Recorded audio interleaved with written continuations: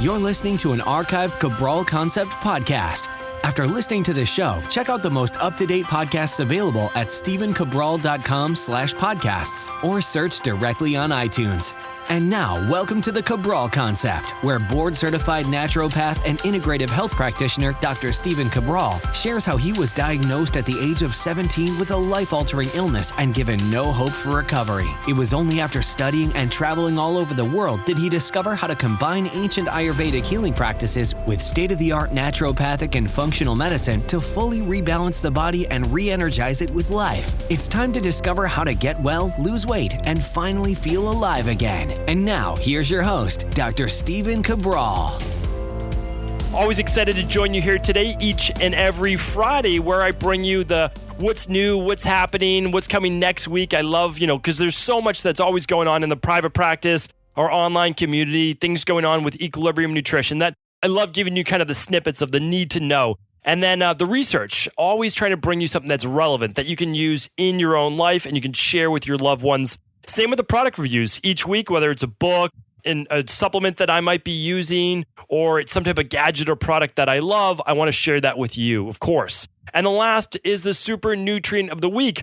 Our super nutrient of the week could be a vitamin. It could be an herb. It could be an amino acid. It could be anything that I believe will help transform your overall health, your body. And again, if you don't need it for yourself, the knowledge is very powerful, and then you can share that knowledge with others because you're going to come across a friend, a coworker, a family member, someone in your life that may need this information. And that's why really, it's not even just about us at the end of the day. It's who we can pay it forward to, who we can share this information with. And that's really what the Cabral Concept is all about. So excited to get started. Let's dive right into it. Not too much that I want to share with you this week for the kind of what's new and what's happening. Some weeks there's obviously more than others. But again, I just want to share what I think really matters. And that's next week, we will be diving into Ayurveda. So, of course, I've spoken about Ayurvedic medicine in the past. My foundation is built on Ayurvedic medicine. And a lot of people don't know that or they wouldn't think that. And that's because what I do is really state-of-the-art modern science, if we look at it that way. Meaning like I do the very in-depth lab testing. So functional medicine lab testing because the truth is people come to me and they say, I've seen a dozen other specialists and I've been struggling with this and this and this, and no one has any idea what it is. And I say, okay. I was like, we're going to figure it out. And here's why. Because we're not going to guess. We're just simply not going to guess. Like I want to listen to your story, right? Myself or one of my health coaches, we want to listen to your story. We want to hear your symptoms. We want to think about where you've come on this journey, how you might have gotten here. Okay, so good. But you've probably done that maybe with some in the past. What we want to do now is we want to run some functional medicine labs. We want to not guess. We want to look at, with an organic acids test, what are your deficiencies in terms of vitamins? Is there any candida overgrowth? We might do a stool test if there's digestive issues to look for bacterial overgrowth, to look for H. pylori, for looking for parasites. We could run an omega-3 test if there's a lot of inflammatory issues or brain fog or learning disability with children. We'll do the omega-3. We could do a food sensitivity test. If you get random bloating, not every day, but some days, we can look at that. We can do a hormone test for thyroid, adrenal hormones overall to look at why someone might be tired, why they can't lose weight, why any reason, right? So we can really look at these things. And then we start to look across the board. And again, my Wednesdays, and I'm recording this on Thursday for our Friday show. Wednesdays, I go straight through the day. It's almost like 7 to 7. It's 12 hours.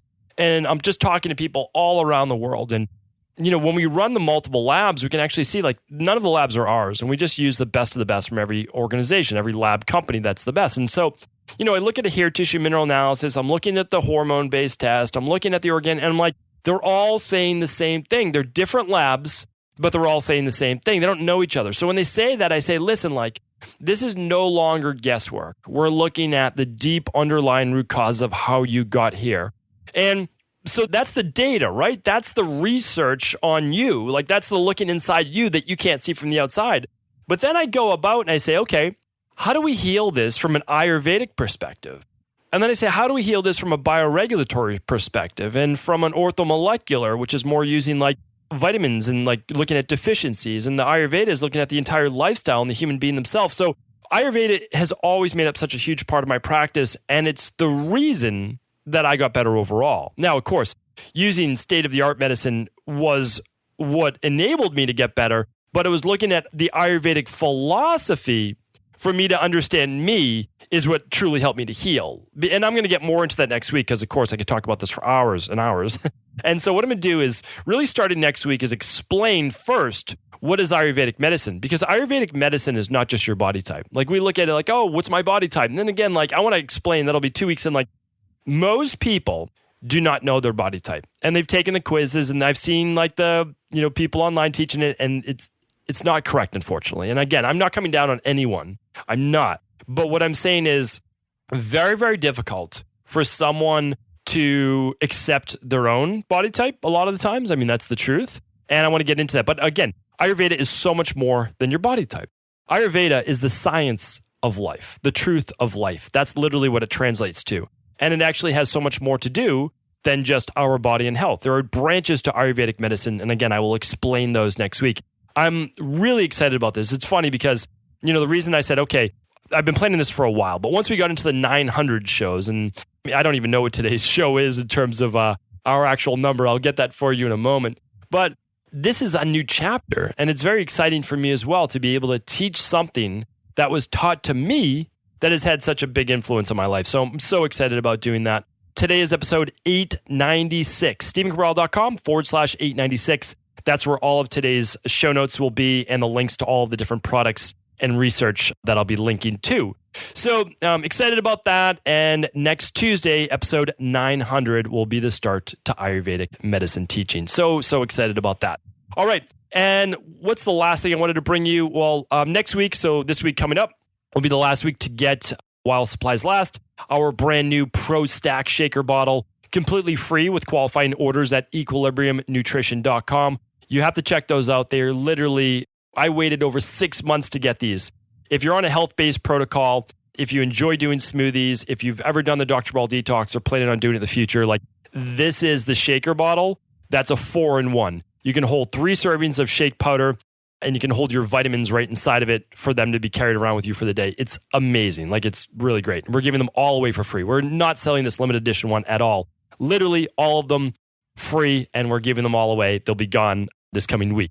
All right, so now let's get into the research. So research, I actually just want to, so again, like my job, I really feel this on the Cabral concept, and I think I'm going to even feel this way even more a year from now.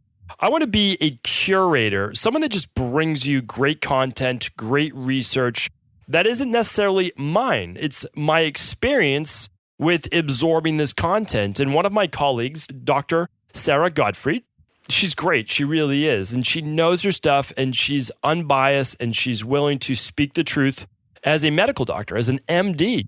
And again, I wouldn't say it's less rare now, but certainly it's still rare. And she's not afraid to go against, what's popular right now. And so what I want to do is I want to just bring you an Instagram post that she actually wrote and that I thought was great. And so this is not in my voice. So like that's the thing, I want to bring you other perspectives and how other people write things and how they present it to you, because maybe you say, okay, well, that's Dr. Cabral saying this, but well, what do other people think? And so anyway, this is what Dr. Gottfried had to say on sun exposure and vitamin D. And I thought this was pertinent because although I know all of our community members are not experiencing their summer right now, for those of us in the US and Europe and Canada are. And so I wanted to bring that to you right now.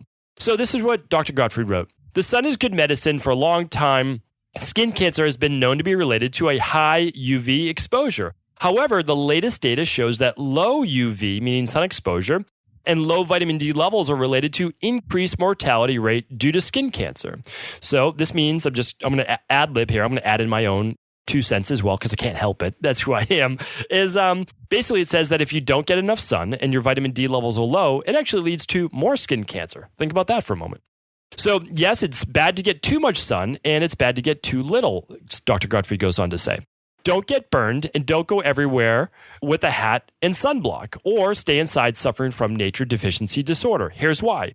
Chronic non-burning sun exposure for 15 minutes or so, most days per week, provides many health benefits, including higher melatonin levels, that helps you sleep better, reduced risk of obesity, diabetes, multiple sclerosis, as well as lower risk of various types of cancer, breast cancer, colorectal, cancer, non-Hodgkin's lymphoma, prostate cancer, cardiovascular disease, Alzheimer's disease, and dementia. Vitamin D supplementation is not a substitute. You need both sun exposure and vitamin D supplementation.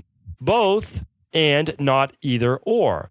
Many people are sun avoiders who are obsessed with the use of sunblock and avoiding the sun in order to prevent skin cancer and wrinkles, but the evidence suggests this may be a misguided approach. Avoiding the sun even increases mortality, according to a 20-plus year follow-up study published in the Journal of Internal Medicine in 2014 and 2016.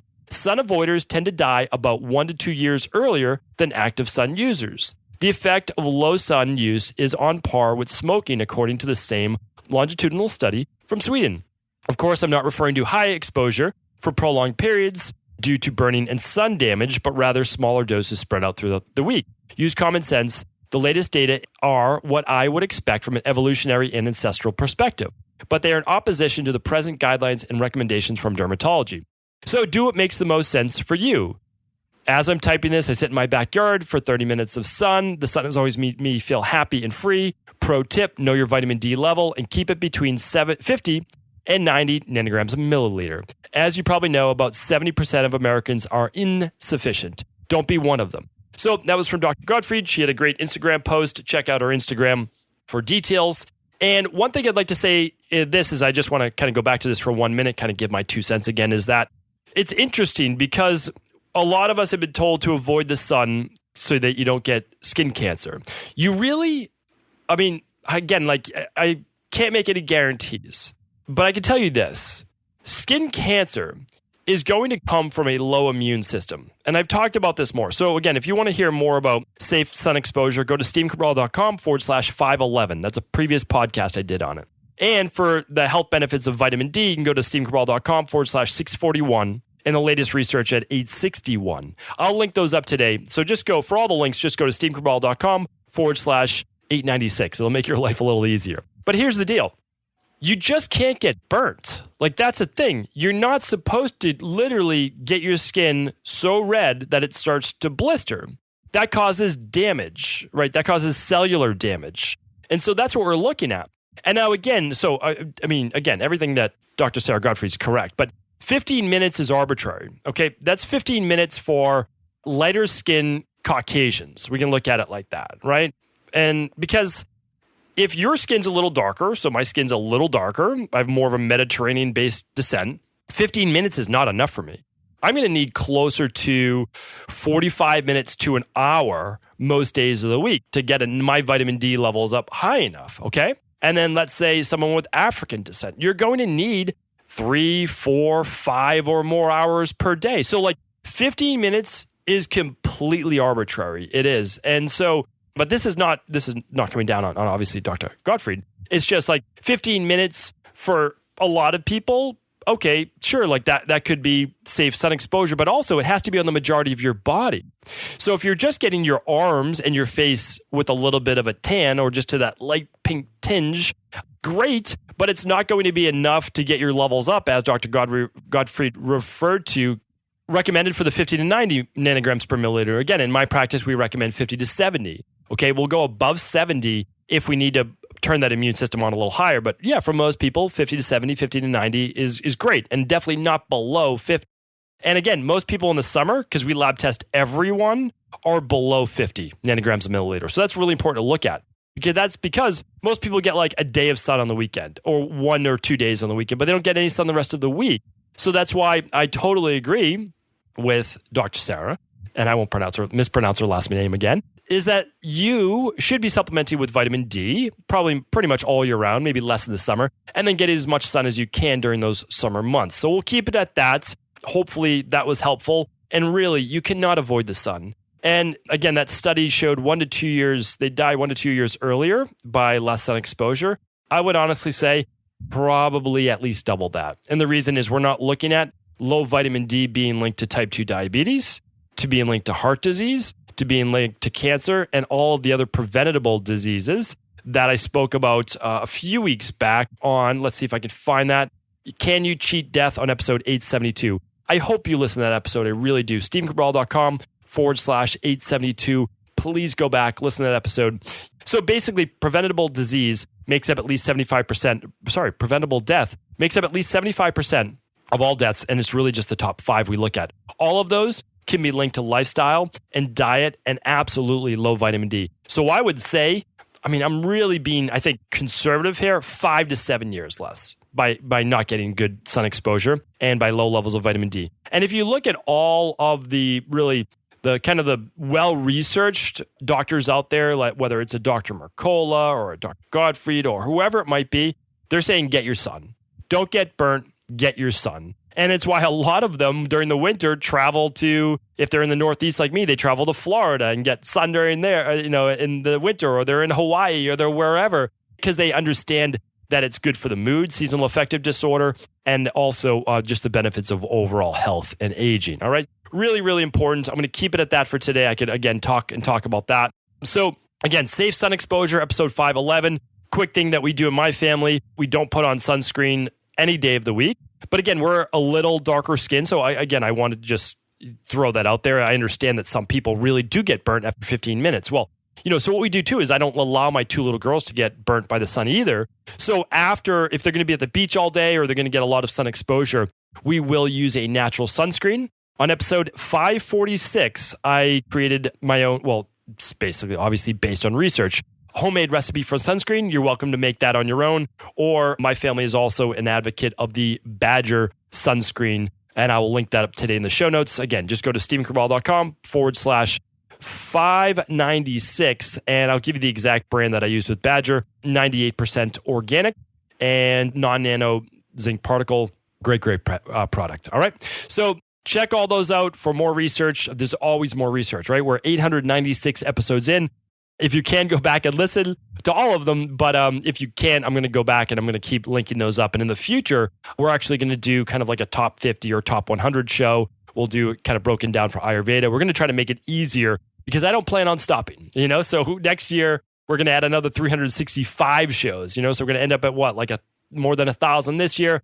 So we're going to keep growing. The knowledge base is going to be there. And I'm going to be able to keep linking back. So as you see every weekend when I answer the Cabral host call question starting tomorrow, I keep telling you to, go back to this show because your question was answered. Go back to this show. So for you, if you ever have a question, literally just go to stephencabral.com/podcasts and type in your keyword, whether it's Meniere's or Hashimoto's or sunscreen. And it will pop up with all of the podcasts that I've spoken about that before. So hopefully that's helpful. All right, let's get into our product of the week. What's my recommendation of the week? Now, my recommendation of the week is going to go directly into my super nutrient of the week. So my recommendation of the week this week is Hemp Hearts. And the company that I use, and again, there are many great companies for hemp hearts, so this is not the only one, but I do need to give people a place to start, right? Is the Manitoba Harvest Organic or Biologique Hemp Hearts. And it's the one in the white bag with the green top to it, all right? Because they make 2. They make a non-organic and they make an organic.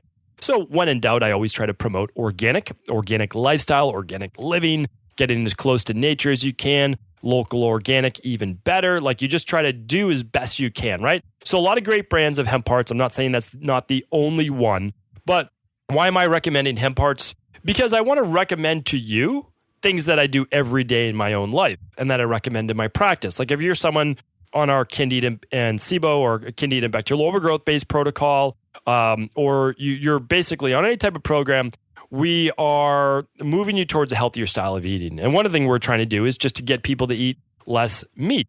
We're not saying you don't have to eat, you have to cut it all out of your diet completely, or you have to be completely plant-based. We're trying to show people the research, the unbiased research. I mean, I was listening to this insane interview the other day on the carnivore diet by 2 guys, just anecdotal-based evidence, and then they cherry-picked evidence. They cherry-picked studies showing that they actually said this. Like, this is legitimately what they said. It came out of their mouth.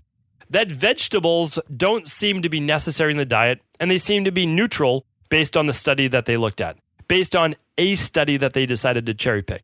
They said vegetables were neutral. I mean, that sets the world back 100 years in terms of natural health to tell people that vegetables are neutral. I mean, it still blows my mind that they had even the public forum to say this on a massive podcast. I was losing my mind because I'm pretty intense about natural health. And I'm like, okay, so humans, think about it, for what, before 100,000 years ago, before whatever, like we've been around a while. And you're telling me that we had easy access to vegetables, we had easy access to fruit, and you're telling me that the majority of our diet then should be meat? I'm not saying that you can't have some meat in your diet. I'm not saying that. What I'm saying is that we are predominantly plant-based humans. We can eat a little bit of everything. We're basically scavengers. Nobody likes to say that, but that's because we aren't the apex predator that a lot of us make out to be. We only are because we have weapons and things like that. Well, take away all of that. Just look at our physiology, because before we had weapons, we still had our same physiology. That has not changed, okay? So you can say, oh, well, the microbiome, and this. No, still the 28 feet of digestive tract, still pretty much the same pH of stomach acid. The teeth have not really changed. Yes, the jaw has gotten a little bit smaller, but that would only say, well, that's because now we don't have to eat as much of the other foods that are harder to break down. But the teeth, the molars, our canines, all of those things that haven't changed. Again, I'm on both sides. Like, I'm unbiased research only. And one of the reasons is that, first of all, I want myself and I want you to live forever. And I also want you to live a healthy life. So I'm not going to go by ridiculous research to just try to push an agenda, because I have no agenda except trying to live forever and be healthy at the same time. So here's the deal, though. Like, our digestive tract and our teeth, our mouths, our 99+% brethren, the chimpanzee and ape, they eat about 5% of their diet basically from meat, right? Or other like animal-based sources. And so like to come up with any other scenario is just wildly inaccurate. It honestly is. It means that you're pushing an agenda. And again, like, I can listen to your argument and I can agree with a lot of it on eating some meat, especially like wild game or things that are higher in omegas versus omega-6s. And can I completely get around eating some type of seafood or fish? Absolutely, because the Mediterranean diet has been proven beyond like a shadow of a doubt to be, if you're looking at one diet, to be pretty much the best one, or a foundation of that to follow. Okay. And I've talked about that on the foundation of all diets. Check out that podcast. And again, are you okay going completely vegan? Well, again, get your numbers run, look at your lab tests, how you feeling. You could be doing great, especially if you're more of the Kapha body type. And again, I'll share that with you more in the Ayurvedic studies. If you're a Vata body type or more of the Pitta body type, well, you might need a little bit more. But again, I'll go into that and why. Because at the end of the day, I offend everyone equally. And that's because everyone has a particular agenda a lot of the time. Remember, I don't have an agenda. I want people to be conscious. I want them to be conscientious eaters. And I want them to understand is that it's a ridiculous assertion that you could even believe that humans would be able to go out and kill animals and meat at will, because you just have your hands, you've got these weak fingernails, and you've got your mouth. So that means that you need to somehow catch an animal with 4 legs. First of all, it's going to be really difficult. Then you have to somehow kill it. And what do you have to kill it if you just have your hands? I'm going back before spears. Like, I'm also using this thing that hopefully all of us will look at and say, okay, this is what this, and this says. But like, does that actually hold up in real life? Like, does it hold up in real life? Okay, you run after a wild boar. Okay, so first of all, you have to catch that. It can run 4 to 5 times as fast as you. All right, so there's that. One, it has tusks, and it could, literally gore you. And then let's just say you do catch it. How do you kill that? Like, I'm just wondering, because its neck is like bigger than your waist. I just don't get that. And it has a hide. You're going to bite through that? Like, that's not going to happen. So humans would have been able to eventually kill animals with weapons. They would have done that as part of a tribe, like the people that got together so they could kind of ambush an animal. But really what you would have been eating are grubs and worms and bugs. Like, that's how you would have got a lot of your protein. And then, of course, shellfish by the sea. So again, I'm just trying. I know that I'm going on a tangent here and I'm taking up a lot of time, and it wasn't meant to be this at all. But I get a little upset at when people are trying to push a particular agenda because it's the fad of the day, right? It's just the fad of the day, and that's it. And so don't fall for it, because you would never have had access to being able to kill animals at will back before. And if you did, it would be, I don't even know like what the odds are to be able to get that much meat. And it'd be smaller to digest, proteins like that. So I'm going to move on. But one way to be able to get your protein on more of a plant-based diet and to replace maybe even just one meal a day without meat, like let's just say your lunch, would be to eat hemp hearts. And hemp hearts are basically from hemp seeds. And when we look at that, that comes from the cannabis-based plant. So we think of, cannabis-based plant, well, that would lead to then, whether it's CBD oil or marijuana, like whatever it might be. Well, no. Yes, from the same plant, but it doesn't contain the THC. So there's no high to it. It's actually a really diverse and very nutritious thing to eat. Now, why don't I recommend the hemp seeds and I recommend the hemp hearts? The hemp hearts are much easier to digest. There's less lectins. They're actually a low lectin-based food. And in just about 3 tablespoons, which isn't that much to put in a meal, you get about 10 grams of protein. So it's pretty remarkable. So then if you add more veggies to the meal, maybe a little sweet potato, a little olive oil, you're going to get about 15 grams or more of protein from that meal. That's pretty phenomenal. And that's great for a meal. So when you look at that, it's such an amazing thing. So easy to digest. You can carry them anywhere, honestly, with you because they come in a little bag. And you can even, bring them from home and they're very inexpensive. So those are things that I add at least 3 days a week, like at least 3 lunches a week or so, maybe more. I'm adding hemp hearts to it. And sometimes if we do a vegan dinner at night, we'll be using hemp hearts. So I'll never do them more than once a day because I believe in varying foods. And so it's something phenomenal. We use it in my practice all the time. And that's because a lot of times, if you are trying to be more plant-based, a lot of people can't digest chickpeas or hummus or beans or legumes or even split mung beans or dal, which can be healthy for you as well. But they can't digest those because of a weakened digestive system, low stomach acid, they've got candida overgrowth. Like again, if those things cause bloating for you, run an organic acids test, run a stool test, if you want. So, and again, like some people just don't do better with them in general because they're more of that Vata body type, and I'll be teaching that. So for those people, though, hemp hearts can work really, really well. So we push people towards that if interested. Again, we never make anybody do anything that they don't feel is right for their body, but that's one easy thing. And again, so even if you did, let's say, a smoothie for breakfast, hemp hearts at lunch, you could still do your chicken, turkey, some type of poultry, or your fish or your shellfish at night. And so you can still get, a little bit of each world if you choose to. Again, all I want to do is present you with the information. I always want you to do what you feel is best for you. All right, now I told you that hemp or hemp hearts are going to be the super nutrient of the week. So let's just talk about hemp in general. We're not talking about marijuana, and we're not talking about CBD oil, which again, still come from the cannabis sativa-based plant. But what we're talking about is the food that you can put into your body, and you could use hemp hearts again. Like you could use them on a rice bowl. Like so, you're someone that likes to make Buddha type bowls with like rice, or you might like to put it with sweet potatoes. You can add them to an oatmeal. Anytime you want to add a little bit more plant-based protein, hemp-based hearts are great for that. But they also contain a good amount of fat and a good amount of carbohydrates as well, but high amounts of fiber. So they're very slow digesting, and they provide you with a lot of satiety. Yes, I think that's the way that we pronounce that. And so they're very, very nutritious. But why would I call them my super nutrient of the week? Well, they can go beyond even being a good, nutritious plant-based protein for you.